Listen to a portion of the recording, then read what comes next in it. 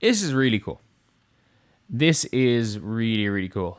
Um, and it's just cool from kind of everybody in general. Um, so obviously, the Fever bandwagon account is was a very much beloved account. Um, so Jess was a teacher, um, and obviously was one of the bigger accounts on the platform, bigger Caitlin Clark accounts on the platform, and unfortunately, like very sadly, passed away a couple of days ago.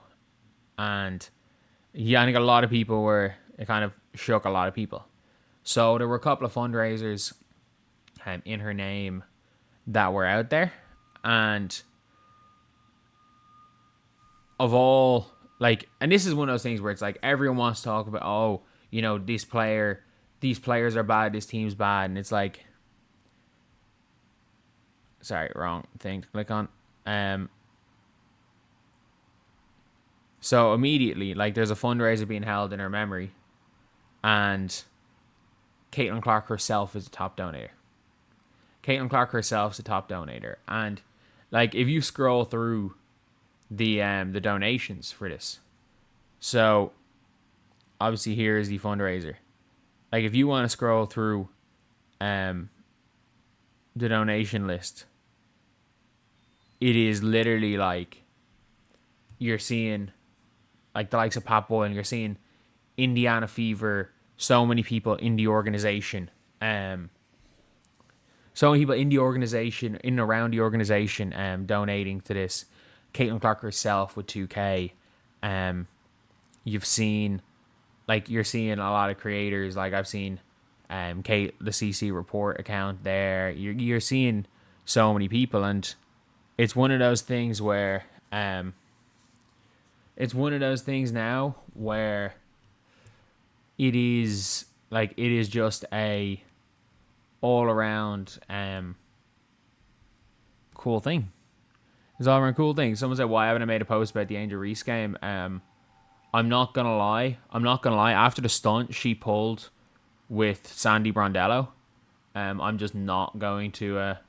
I'm just, as much as possible, going to refrain from ever speaking about Angel Reese in case I accidentally use a wrong sentence of words. But as I've said plenty of times, Angel Reese, exceptional this season.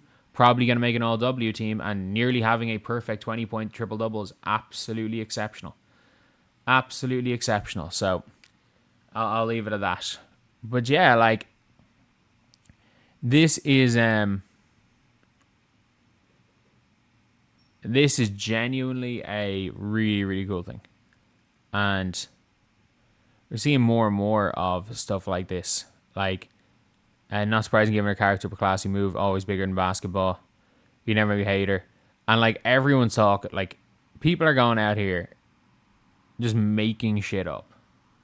And it's like you've got this person here on the left considered to be the Antichrist by some people. Like I think Caitlin Clark. I think if the literal devil came down to earth, there would be people that would still think Caitlin Clark is a worse human being than the literal devil. But at the same time, really, it is a like, it's one of those things now where it's like we've got so much evidence of Caitlin Clark being a decent human being. Like, so many people saying, if you don't do the national anthem my way, you're the devil. Somebody's fans are crazy. Yeah. Like, oh no, Caitlin Clark's not even just a political football. Like, she is an object to hate. She is an object to hate. No matter what side of it you are on, like, it is straight up like, she's absolutely, like, just an object of hate, or an object even to spread hate. Like, let's be very clear. It's never a one-way street with Caitlin Clark. Like, everyone's like, oh, she's being used to spread hate in one way. No, she's being used to spread hate in all ways. Like, it's not a one-way street. She is literally, in 2023, people decided that Caitlin Clark was either I'm not even gonna say this, non-basketball fans decided Caitlin Clark was either the devil or she was the martyr. And the reality is, she's just a damn good basketball player. And by the looks of things, again, a damn good human. A damn good human by the looks of things. But yeah, look, it's something that we see time and time and time again. And people are going to forget this, as they always do. They always do. It doesn't really matter what happens with Caitlin Clark. People are going to forget, because they do every single time.